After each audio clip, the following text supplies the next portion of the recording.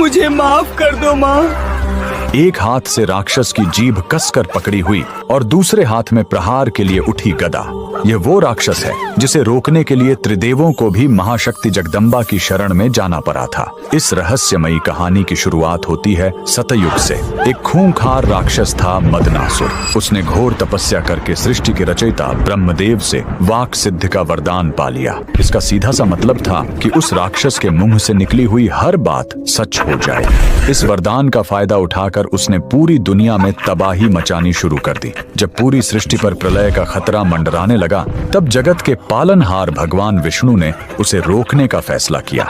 लेकिन वो सीधा युद्ध नहीं कर सकते थे, क्योंकि राक्षस कुछ भी बोलकर नुकसान पहुंचा सकता था। इसलिए भगवान विष्णु ने सौराष्ट्र के हरिद्रा सरोवर यानी हल्दी के पीले तालाब के किनारे घोर तपस्या की। उनकी पुकार सुनकर उस पीले जल से एक महाशक्ति प्रकट हुई। पीले वस्त्रों में सोने की तरह चमकती माँ बगलामुखी। सरोवर से प्रकट होते ही माँ बगलामुखी सीधा मदनासुर के सामने पहुंच गईं। इससे पहले कि वह राक्षस अपने मुंह से कोई श्राप निकालता, माँ ने तुरंत आगे बढ़कर उसकी जीभ कसकर पकड़ ली, क्योंकि उसकी सारी शक्ति उसकी जबान में थी।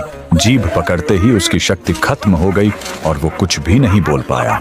जैसे ही देवी ने उस पर वार करने के लिए अपनी गदा उठाई, राक्षस ने मन ही मन माँ से माफी मांगी। माँ ने उसे जीवन दान तो दिया, लेकिन हमेशा के लिए उसकी बोलती बंद कर दी। साथ ही उसे वरदान दिया कि संसार में जहाँ भी मेरी पूजा होगी, वहाँ मेरे चरणों में तुम्हारी भी उपस्थिति रहेगी। तो कमेंट में पूरे विश्वास के साथ लिखें। कहा जाता है कि जब राजा भगीरथ तपस्या करके माँ गंगा को स्वर्ग से पृथ्वी पर लेकर आए, तो गंगा का प्रवाह इतना तेज था कि वो रास्ते में आने वाले आश्रमों और ऋषियों को डुबोने लगी। उसी समय गंगा का वेग महर्षि जाह्नू के आश्रम से होकर गुजरा और उनके यज्ञ को भी नष्ट कर दिया। क्रोधित होकर महर्षि जाह्नू ने अपनी तपस्या की शक्ति से पूरी गंगा को एक ही बार में पी लिया।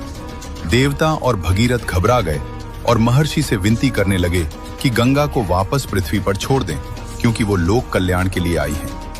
तब महर्षि जाह्नू का क्रोध शांत हुआ और उन्होंने अपने कान से गंगा को पुनः बाहर प्रवाहित किया। इसी कारण गंगा को जाह्नवी भी कहा जाता है, यानी महर्षि जाह्नू की पुत्री।